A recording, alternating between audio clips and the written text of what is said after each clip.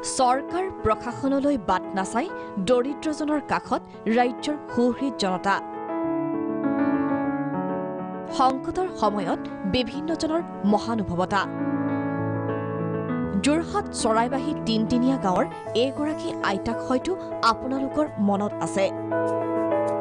প্ৰাগ নিউজত সবিস্তাৰে প্ৰচাৰ হৈছিল আইতাৰ দুৰ্বিষহ জীৱনগাথা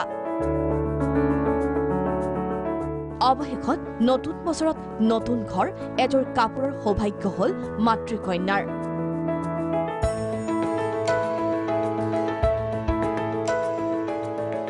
আইতাৰ কাষত গাঁওবাসী প্ৰাগ নিউজত বাতৰি সম্প্ৰচাৰৰ পাছতে আইতাক সহায়ৰ বাবে ওলাই আহিছিল তিনটিনীয়াবাসী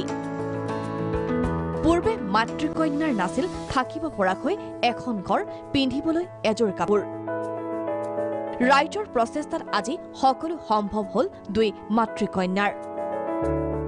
দুবেলা দুমুঠি খাবলৈ নোপোৱা আইতাক ৰাইজে যোগাৰ দিলে এমুঠি অন্নৰো ভালে লাগিছে চিনি পাইছে নাই পাইছো পাইছে পাইছো চিনি পাইছে পাইছো এটা ভাল লাগিছে হয় আৰু আজি ধুনীয়া কাপোৰ পিন্ধি আছে হা বিহু বুলি পিন্ধিছে নেকি প্ৰাগ পৰিয়ালক কিঞ্চিত সহায় আগবঢ়ালে দুৰ্ভগীয়া পৰিয়ালটোলৈ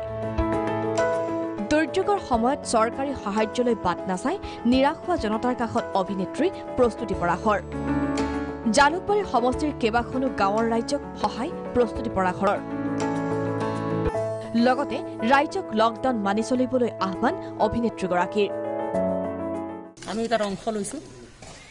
ব্যক্তিগতভাৱে বহুত অনুষ্ঠান প্ৰতিষ্ঠান মানুহেও ৰাইজক সহায়ৰ হাত আগবঢ়াইছে মই এটাই অনুৰোধ আটাইলৈকে যে এইখিনি সময়ত মই কৈছো যে সমবেত হৈ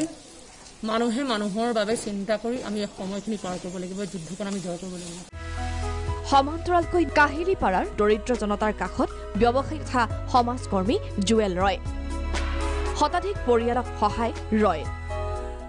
আনপিনে চৰকাৰী সাহায্য নাপাই হাহাকাৰ বেহৰবাৰী দেহাল পথবাসীৰ দৈনিক হাজিৰা কৰি জীৱন নিৰ্বাহ কৰা এইসকল ৰাইজ এতিয়া বিমূৰত আৰ্তজনৰ কাষত বৰ্তমানে উপস্থিত হোৱা নাই প্ৰশাসনৰ কোনো লোক চৰকাৰেতো বহুত কিবা কিবি দিম বুলি প্ৰতিশ্ৰুতি দিছিলে কিন্তু কোনে কি পাইছে নাজানো কিন্তু আমাৰ এই এৰিয়াত 80% মানুহে দিন হাজিৰা কৰা 80% মানুহ এইবিলাক যিবিলাক মানুহ দেখিছে সব কোনোবাই গেৰেজত কাম কৰে কোনোবাই মানে দিন হাজিৰা মুঠতে ডেইলি ৱেজেছ গতিকে এওঁলোকক আজিলৈকে মানে বিনা পইচাত চাউল দিয়া বা কিবা দিয়া আমি দেখা নাই হাজিৰা বুজিৰা নাই আৰু খাবলৈ নাই অসুবিধা পৰি আছো বহুত একোৱেই পোৱা নাই কিছুমান জায়গাত পাইছে বোলে আমিতো একো পোৱা নাই হোৱায়ো পোৱা নাই চৰকাৰৰ পৰা ইপিনে আকৌ দিনে নিশাই কৰ্তব্যত ব্যস্ত থকা আৰক্ষীক বিহুৰ উলক জনালে women for animal and international human rights organisation north east নামৰ সংস্থাটোৱে এখনি গামোচাৰে জনালে বিহুৰ উলক মহানগৰী কেইবাঠাইতো আৰক্ষীক জনালে বিহুৰ উলক ওমেন ফৰ এনিমেলছ আৰু International human rights organisation north East চেপ্টাৰৰ পৰা আমি সমূহ পুলিচ বাহিনী তেওঁলোকক কৃতজ্ঞতা জ্ঞাপনৰ কাৰণে আমি আজি পদক্ষেপটো ল'লোঁ বিহু বুলি তেওঁলোকক আমি গ্ৰেটিটিউড জনালোঁ ব্যুৰো ৰিপৰ্ট প্ৰাগ নিউজ